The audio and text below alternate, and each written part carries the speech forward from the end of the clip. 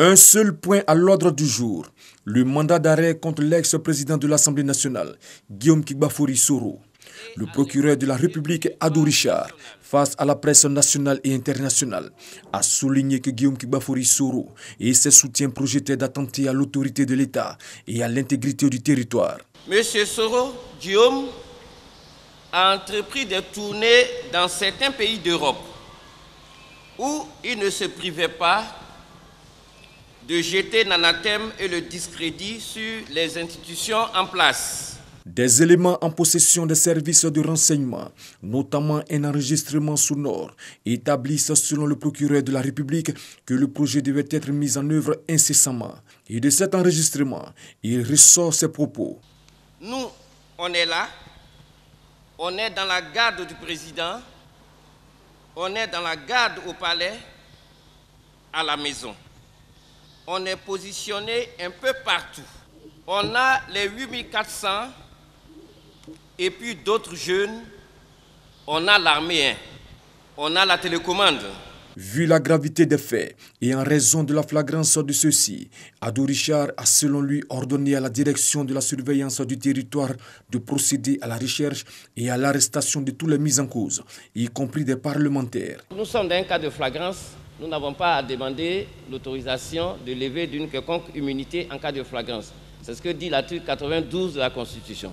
Par ailleurs, le parquet a été saisi d'une plainte formulée par l'agent judiciaire du Trésor contre Guillaume Kigba-Fori Soro et certains de ses proches pour des faits de détournement des deniers publics, blanchiment des capitaux, recel de détournement des deniers publics, portant sur la somme de 1,5 milliard de francs CFA.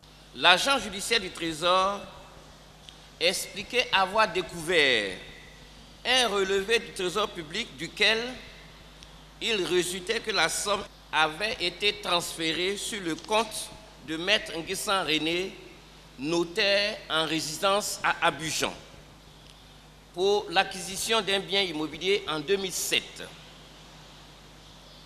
Le 26 septembre 2019, ayant constaté que le dit bien immobilier n'avait jamais intégré le patrimoine immobilier de l'État et que, bien au contraire, le gérant de la SCI Ébure tentait de procéder à son immatriculation dans les registres de la conservation foncière et du domaine, une réquisition était adressée à l'officier public qui confessait avoir conclu avec les fonds publics reçus la cession projetée au profit de la SCI Ébure d'un terrain urbain bâti à Makori résidentiel.